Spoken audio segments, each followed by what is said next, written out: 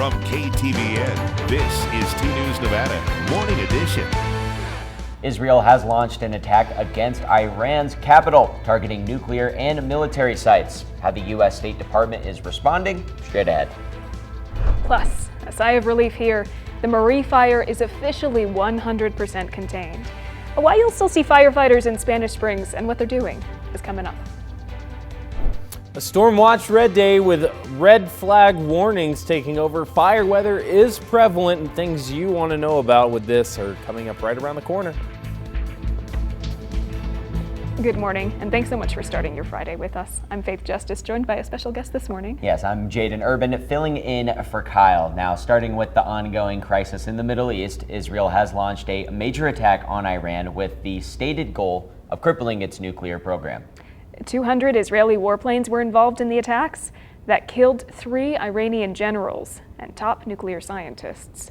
Israeli Prime Minister Benjamin Netanyahu says Iran has produced enough highly enriched uranium for 9 atomic bombs, adding that in recent months Iran has taken steps to weaponize the nuclear material. We struck at the heart of Iran's nuclear enrichment program. We struck at the heart of Iran's nuclear weaponization program. We targeted Iran's main enrichment facility in Natanz. We targeted Iran's leading nuclear scientists working on the Iranian bomb.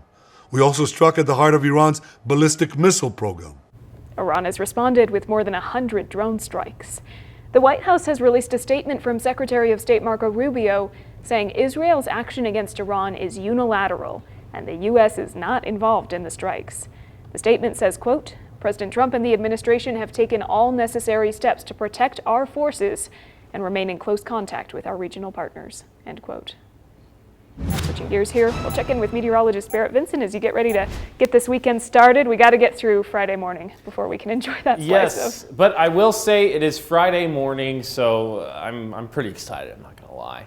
And also, you know, we are seeing those fire weather watches and red flag warnings, but today's going to be nice, believe it or not, as far as temperatures are concerned. With the dry air and the winds today, that's leaving those red flag warnings out there. We're meeting the criteria with sustained winds around 25 miles an hour or greater, humidity values less than 15%. These will probably get to single digits, and we're seeing both of these coupled together for those red flag warnings for the criteria being met.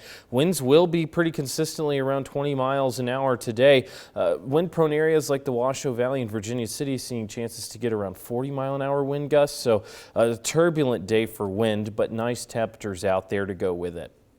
As far as dry air is concerned, we're seeing that yellow air mass take over the state. That's that dry air reducing humidity values. Temperatures not too bad for those neighborhoods, seeing mostly lower 80s out there to the foothills. Closer areas to the airport see mid 80s like Sparks with 85 and Hidden Valley seeing 84. Maybe avoid the activities that'll create sparks like lawn work or welding. No campfires or target shooting until after this fire weather has expired. 56 degrees out there walking out the door this morning, approaching highs in the mid 80s, 70s around lunchtime before those mid 80s take over. Winds pick up this afternoon pretty consistently around 20 to 25 miles an hour, but nice temperatures with a nice breeze to go with it. It feels great, but fire weather is prevalent with that. Definitely can still have some fun, but definitely be careful about it this weekend. Thanks, Barrett. In Fire Watch, the Marie fire in Spanish Springs, good news, is now fully contained. Fire crews say that they will continue to remain fully staffed until it is fully controlled. So they say hot spots might still exist inside the burn area, and a fire is defined as being controlled when all the hot spots are out. Firefighters are still asking people to avoid the area while they continue to mop up. And a new story we're following this morning, Reno fire crews responded to a fire at an apartment complex on Record Street last night. The call came in just before 11 o'clock. Before crews even arrived, the building's sprinkler system put out the fire, but it did leave extensive water damage. Firefighters say they've received no reports of injuries. They're still looking into what exactly started the fire.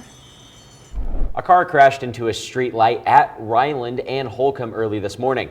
That is expected to slow down traffic in the area today. There is no word yet about the driver or their condition, but be sure to stick with us here on 2 News Nevada for updates when they become available.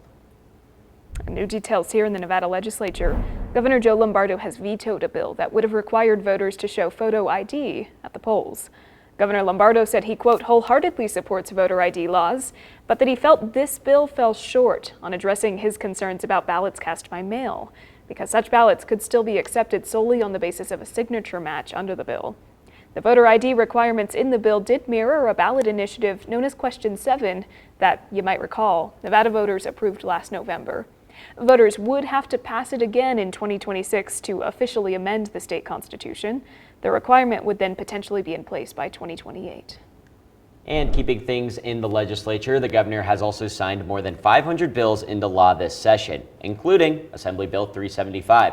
That one permits certain food establishments in Nevada to sell and deliver sealed alcoholic beverages off-site if that complies with local rules through an ordinance. These sales will include a surcharge of up to 50 cents per transaction, with the money funding administrative cost and the state's DUI reduction program.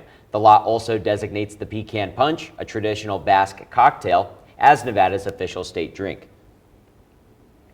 In a crime beat story we followed this morning, a man is facing multiple charges for allegedly shooting someone's tire after a crash in northeast Reno. The crash happened along US 395 near Parr Boulevard.